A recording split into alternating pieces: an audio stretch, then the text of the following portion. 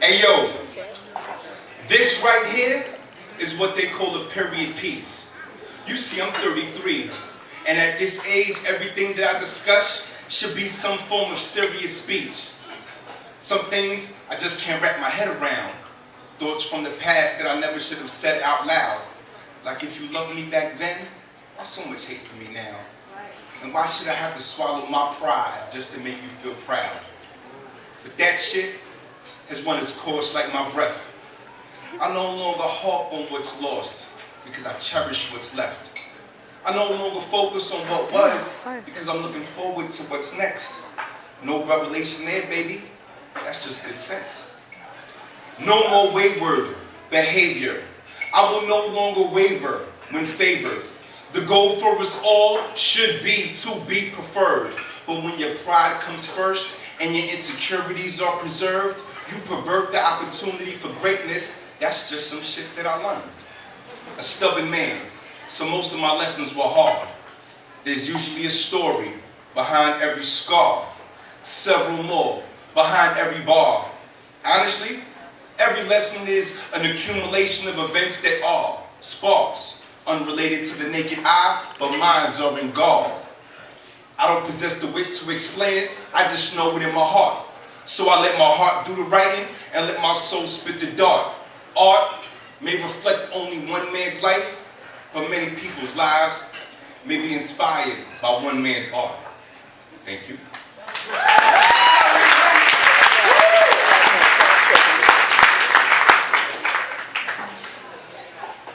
Sorry, y'all, I got a semi-cold, and I ain't been on stage this long in like 10 years, so if I look a little nervous, just give me the benefit that I'm gonna have a nervous breakdown or something. Now, I was gonna do like a crowd pleaser, you know, the one that is witty and can make everybody laugh, etc. But honestly, on the heels of the Michael Dunn case and Trayvon Martin, and I'm a father to a son, I feel like I had to go with something a little more substantive. So I decided to commit that and spit that for y'all tonight, okay?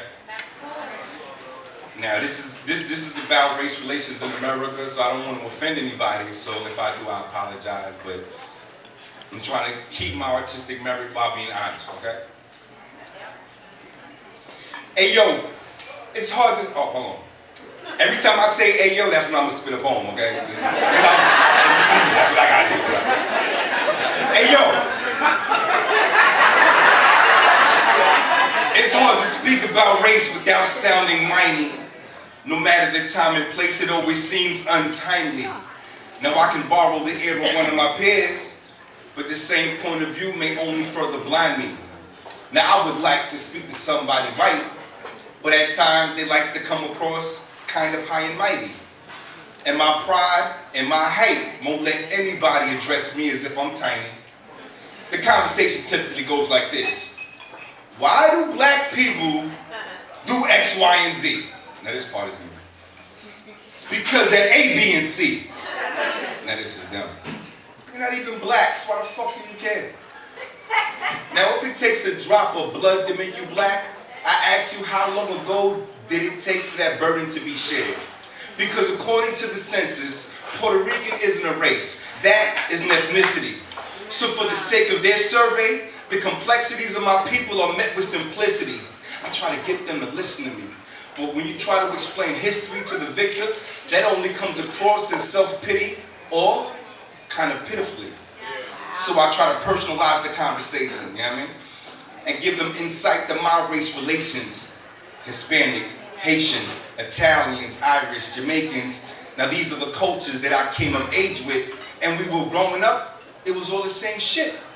But now, it seems as if the world has gone mad, trying to understand the matrix. In the absence of imagination, they tag haves as favorites, have-nots as jaded, hashtag trending topics on Facebook, as if that will ever be the face of our nation. Basically, the morals that I was raised with transcend this conversation. I try to remain patient while facing subtle discrimination, but some of it is a little more covert. Some of y'all may think the fight is over, but the scent of bigotry is a well-known odor. They tell you this is a democracy, but how can you trespass on private property on stolen land? That gotta be the definition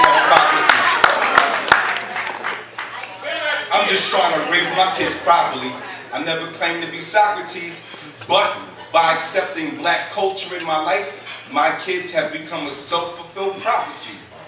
Now, as a father to a son, I'm tasked to raise a man. I learned a lot from my dad, but the task at hand, he might not understand, because I'm a Puerto Rican that must raise a black man. But for all of us who truly understand, there's no color plan, because virtues are transparent. And no matter how much he can't stand it, one day he'll appreciate having both parents. No person is an island, but every man is a planet. And the two cultures that converge in his soul speak the same language. I hope to communicate historical anger while remaining sanguine and let him know that day in and day out, it won't be the same shit. So the fight needs to be adjusted. The conversations had in private are very different than the ones held in public. You need to cover for your ideals, because you can ask Trayvon Martin, not even good judgment can guarantee you justice. So therefore, sometimes you need to err on the side of caution. The earth is only as big as your circumference, so you'll always be a citizen of the world as long as you hold down your square and stay away from that sucker shit. Your path should be different when me and your mother went, but the path is still traveled. Same goes for your ancestors back to the mothership. Be careful, because there's always a wolf being scapegoated by the government. So make yourself familiar with American history, but never fall in love with it. As a matter of fact, if you ever hear the word nigga, hate it. Those of us that say it allow ourselves to be degraded. Forfeiting our dignity is the biggest trick of the Matrix. Most of us don't know when it was traded or when we became a traitor. Wait, your worth will always be determined by your labor, and the more focus you give it, the greater. Wait, don't let a day go by without prayer. Don't live your life trying to be a player. Practice today anything that you want to do later. Now these are just lessons from your father that knows exactly what it's like to be a strong man, but not what it's like to be a strong black man, such as what you would be on paper.